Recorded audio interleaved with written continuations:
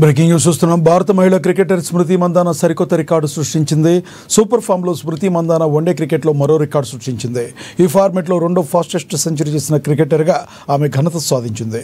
ఆస్ట్రేలియాలో జరుగుతున్న మూడో వన్డేలో మందాన వీరబహదూర్తో ఈ ఫీట్ అందుకుంది. బ్యాటింగ్కి వచ్చిన తొలి బంతి నుంచి దూకుడుగా ఆడింది. 23లోనే హాఫ్ సెంచరీ పూర్తి చేసుకుంది. దీంతో మహిళల వన్డే క్రికెట్లో ఫాస్టెస్ట్ హాఫ్ సెంచరీ చేసిన భారత క్రికెటర్గా ఆమె రికార్డులోకి ఎక్కింది. తర్వాత కూడా అదే జోరు కొనసాగించిన మందాన 50 బంతుల్లోనే సెంచరీ పూర్తి చేసింది.